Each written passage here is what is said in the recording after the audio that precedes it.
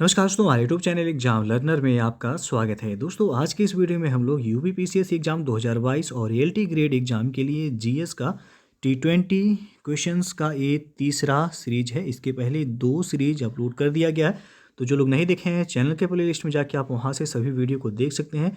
तो दोस्तों, वीडियो को लाइक शेयर कर दीजिएगा। चैनल पर पहली बार आए हैं तो चैनल को सब्सक्राइब कर लीजिएगा, साथ में बेल आइकन को प्रेस कर लीजिएगा, जिससे आने वाले अगले वीडियो का नोटिफिकेशन आपको पहले मिलता रहे। और पीडीएफ इसका हमारे टेलीग्राम चैनल पर मिल जाएगा। नीचे डिस्क्रिप्शन में टेलीग्राम का लिंक दे दिया गया, वहाँ से ज्वाइन करके आप पीडीएफ भी डाउनलोड कर सकते हैं।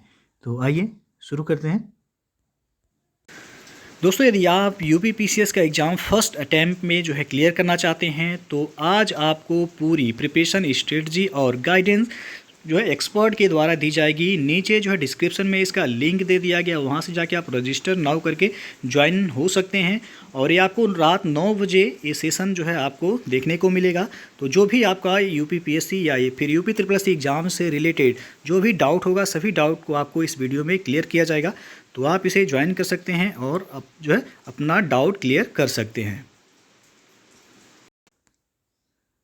तो दोस्तों, आज का जो पहला प्रश्न है, निम्नलिखित में से किस स्थल से मध्य पाषाण काल के शैल चित्र प्राप्त हुए हैं? तो 4 विकल्प दिया गया, इसमें आपको बताना है कि कौन सा ऑप्शन सही हो जाएगा। तो यहाँ ए विकल्प सही हुआ, भीमबेटका। भीमबेटका ये मध्य प्रदेश में भोपाल के निकट रायसेन जिले में स्थित है। और भीमबेटका की गुफाओं से पूरा पाषाण काल से मध्य पाषाण काल तक के चित्र प्राप्त हुए हैं। और इन चित्रों में बहुत से चित्र पशु, पक्षी और मानव के हैं।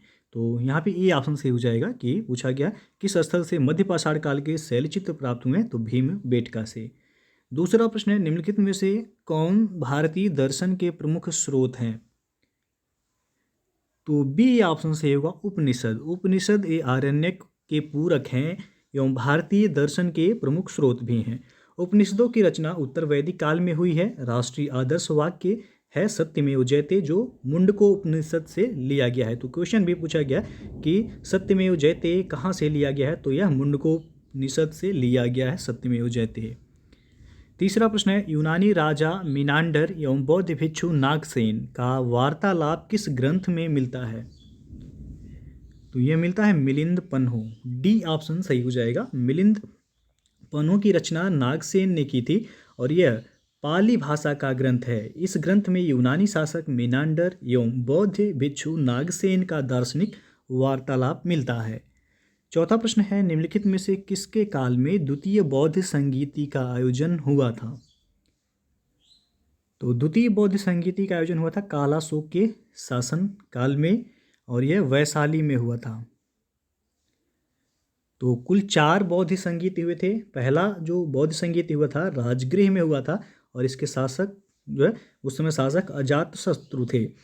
उसके बाद जो है दूसरा हुआ था वैशाली में कालाशोक के समय में, और तीसरा हुआ था पाटलिपुत्र, उस समय शासक अशोक थे। और चौथा हुआ था कुंडलवन कश्मीर में, और शासक कनिष्क थे। तो 4 बौद्ध संगीत हुए थे, पूछा भी जाता है, तो चारों याद रखिएगा। पांचवा प्रश्न है, निम्नलिखित में से किसे तमिल साहित्य का आधार ग्रंथ माना जाता है? तो वह है कुरल।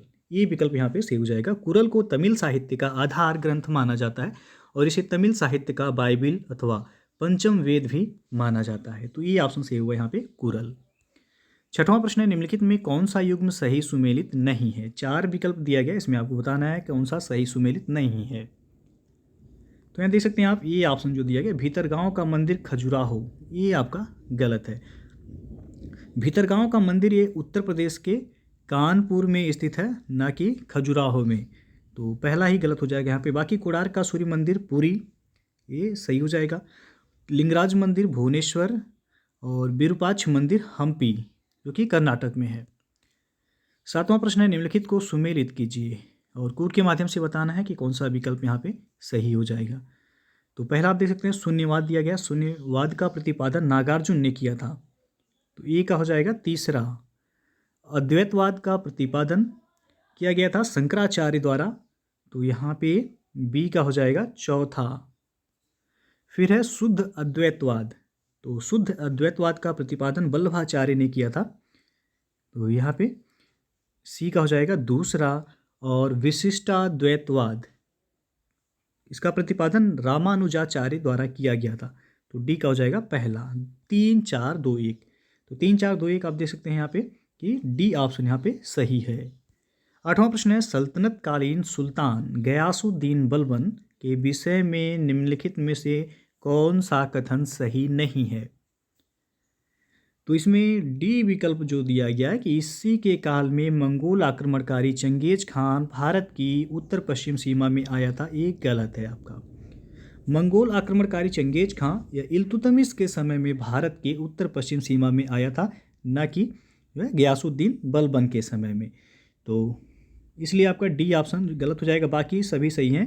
गयासुद्दीन बलबन के संबंध में कि उसने जिले इलाही की उपाधि धारण की थी, बिल्कुल सही है। रक्त और लौह की नीति बलबन के द्वारा ही अपनाया गया था।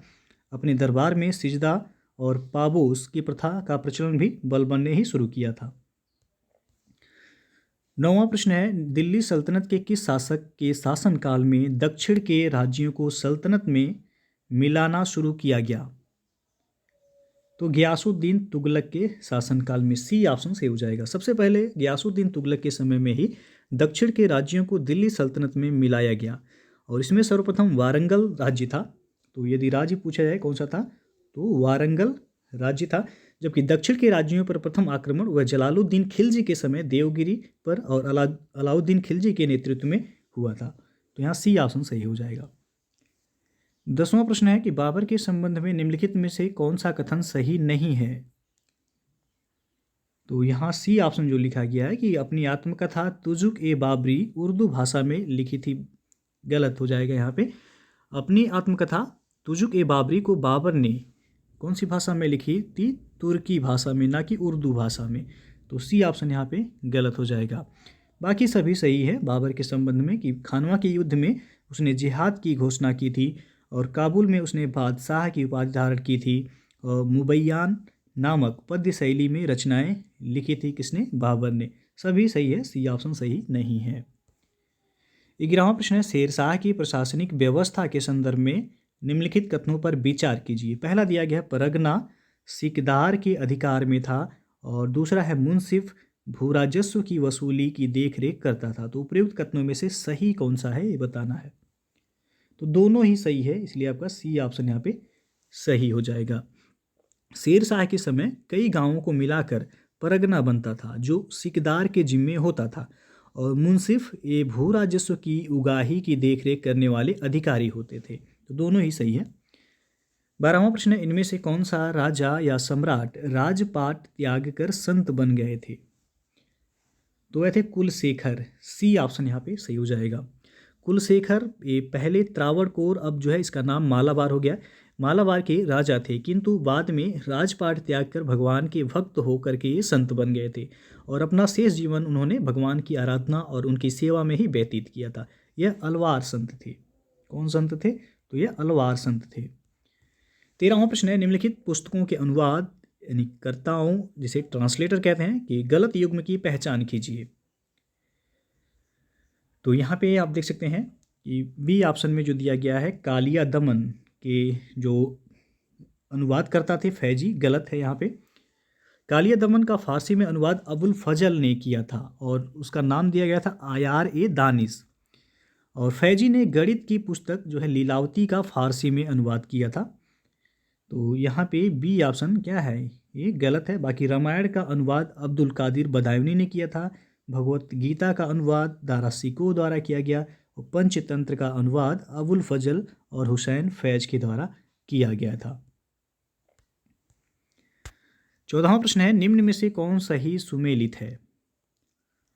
तो यहाँ पे इल्बर्ट विल दिया गया है लॉर्ड रिपन के समय में, ये आपका सही है। बाकी जो है vernacular press act Lord Curzon दिया गया है, गलत हो जाएगा। लॉर्ड लिटन के समय में वर्नाक्यूलर प्रेस एक्ट पारित हुआ था। व्यक्तिगत सिद्धांत यानी कि हड़प नीति लॉर्ड वेलेजली दिया गया, ये भी गलत हो जाएगा। लॉर्ड डलहौजी होगा यहाँ पे। और सहायक संधि दिया गया है कार्नवालिस, तो ये भी गलत हो जाएगा। सहायक संधि लॉर्ड वेलेजली के समय में जो है शुरू किया गया था। तो बाकी सभी जो है आप देख सकते हैं गलत हैं, सी ऑप्शन केवल सही है। तो सही आपसे पूछा गया था। 15वां प्रश्न है, किस गवर्नर जनरल के शासनकाल में दासता उन्मूलन अधिनियम पारित हुआ था? ये पारित हुआ था लॉर्ड विलियम बेंटिक के समय में 1833 ईस्वी में लॉर्ड विलियम बेंटिक द्वारा पारित हुआ था, जबकि इस अधिनियम का क्रियान्वयन वह 1843 ईस्वी में लॉर्ड एलनबरो के शासनकाल में संभव हो सका था। तो यहाँ पे पूछा गया है आपका कि किस गवर्नर जनरल के शासनकाल में दासता उन्मूलन अधिनियम पारित हुआ, तो लॉर्ड विलियम बेंटिक के समय में। 16वां प्रश्न, ईसाई मिशनरियों को भारत में धर्म प्रचार की अनुमति दी गई, तो ये दिया गया था चार्टर अधिनियम 1813 के अंतर्गत। ये विकल्प यहाँ पे सही हो जाएगा। अगला प्रश्न अब है, निम्न पर विचार कीजिए। पहला दिया गया सोम प्रकाश, दूसरा है भारत मिहिर, तीसरा है अमृत बाजार पत्रिका। तो उपयुक्त में से किस समाचार पत्र पर प्रतिबंध के लिए लॉर्ड लिटन द्वारा वर्नाक्यूलर प्रेस एक्ट लाया गया? तो यहाँ पे दोनों जो है 1 और 2, सोम प्रकाश और भारत मिहिर, बी ऑप्शन यहाँ पे सही होगा, 1 और 2। आपको बता दें कि 1878 ईस्वी में जो है ये वर्नाक्यूलर प्रेस एक्ट जो है लाया गया था, और ये सभी जो है स्थानीय भाषा में प्रकाशित समाचार पत्रों पर प्रतिबंध की बात करता था। लेकिन ये मुख्यतः 2 समाचार पत्रों पर प्रतिबंध के लिए लाया गया था, पहला सोम प्रकाश और दूसरा भारत मिहिर। अमृत बाजार पत्रिका ने इस अधिनियम से बचने के लिए रातों रात अपना जो है माध्यम हिंदी से वह अंग्रेजी कर लिया था। तो इसमें 1 और 2 यानी कि बी ऑप्शन सही होगा। 18वां प्रश्न है, depressed mission classes society of India की स्थापना किसके द्वारा की गई थी? तो किया गया था वी.आर. सिंधे, डी ऑप्शन यहाँ पे सही हो जाएगा। Depressed mission classes society of India की स्थापना वी.आर. सिंधे द्वारा की गई थी, जबकि महात्मा गांधी के द्वारा अखिल भारतीय हरिजन सेवक संघ और भीमराव अंबेडकर ने जो है बहिष्कृत हितकारी सभा की स्थापना की थी। तो यहाँ पे डी ऑप्शन सही होगा। 19वां प्रश्न है, रैयतवाड़ी बंदोबस्त के संदर्भ में निम्नलिखित कथनों पर विचार कीजिए। पहला दिया गया, इस व्यवस्था में लगान सीधे किसानों से लिया जाता था। दूसरा है, इसे सबसे पहले कर्नल रीड द्वारा लागू किया गया। तो उपयुक्त में से कौन सा कथन सही है? तो इसमें दोनों ही कथन सही है, तो सी ऑप्शन सही हो जाएगा आपका। रैयतवाड़ी बंदोबस्त में लगान सीधे किसानों से लिया जाता था और इसे सबसे पहले तमिलनाडु के बारामहल जिले में कर्नल रीड द्वारा लागू किया गया था, लेकिन वास्तविक रूप से लागू करने का श्रेय टॉमस मुनरो को जाता है। तो वास्तविक रूप से पूछा जाए तो टॉमस मुनरो सही होगा। यहाँ पे दोनों ही सही है, तो सी ऑप्शन सही हो जाएगा। और 20वां प्रश्न है, सन्यासी विद्रोह का प्रमुख कारण था। तो इसका प्रमुख कारण है तीर्थ स्थल की यात्रा करने वाले यात्रियों पर प्रतिबंध लगाना। बी ऑप्शन सही हो जाएगा। यहाँ पे सन्यासी विद्रोह का कारण वह तीर्थ स्थल की यात्रा करने वाले यात्रियों पर प्रतिबंध लगाना था। यह विद्रोह बंगाल में केना सरकार एवं दिजी नारायण के नेतृत्व में हुआ था और बंकिम चंद्र चटर्जी ने अपने उपन्यास आनंद मठ में इस आंदोलन का उल्लेख भी किया है। एक क्वेश्चन भी बनता है कि सन्यासी विद्रोह का जो है वर्णन किस उपन्यास में है? तो आनंद मठ में है, जो कि आनंद मठ किसके द्वारा लिखा गया है? तो बंकिम चंद्र चटर्जी के द्वारा लिखा गया है ये उपन्यास। तो दोस्तों ये था आपका आज का T20 GS के क्वेश्चंस, जो कि आपके आने वाले एग्जाम UPPCS और LT ग्रेड एग्जाम के लिए जो है काफ़ी महत्वपूर्ण है। तो वीडियो यदि अच्छा लगा हो लाइक शेयर कर दीजिएगा। चैनल को सब्सक्राइब नहीं किए हैं तो चैनल को सब्सक्राइब कर लीजिएगा, साथ में बेल आइकन को प्रेस कर लीजिएगा, जिससे आने वाले अगले वीडियो का नोटिफिकेशन आपको पहले मिलता रहे। तो वीडियो को पूरा देखने के लिए बहुत बहुत धन्यवाद। दोस्तों यदि आप अनअकैडमी पे UPPSC या फिर UPSC एग्ज़ाम की प्रिपरेशन करना चाहते हैं तो फिर आप अनअकैडमी लर्निंग प्लेटफॉर्म से जुड़ के अपनी तैयारी को आप बेहतर तरीके से कर सकते हैं और आप एग्ज़ाम को क्रैक कर सकते हैं। इसके लिए आपको सबसे पहले अनअकैडमी का लर्निंग ऐप प्ले स्टोर से जाके डाउनलोड करना होगा। डाउनलोड करने के बाद आप अपने मोबाइल नंबर या ईमेल आईडी से साइनअप करेंगे।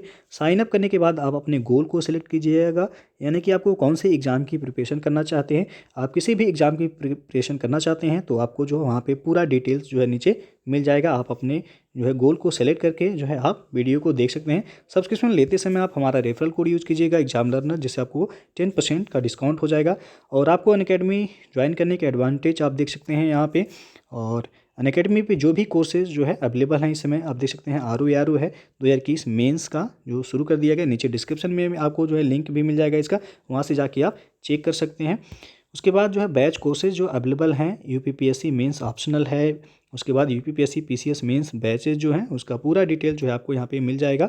RU 2021 मेंस के लिए जो क्रैश कोर्स चलाए जा रहे हैं, तो यदि आप जो है ज्वाइन करना चाहते हैं तो आप नीचे डिस्क्रिप्शन में लिंक दे दिया गया, वहाँ से जाके जो है चेक कर सकते हैं। आप देख सकते हैं जो बैच अवेलेबल है, फीस स्ट्रक्चर आप देख सकते हैं। आप यहाँ पे यदि आप रेफरल कोड भी यूज करेंगे तो आपको 10% का एडिशनल जो है डिस्काउंट यहाँ पे देखने को मिलेगा।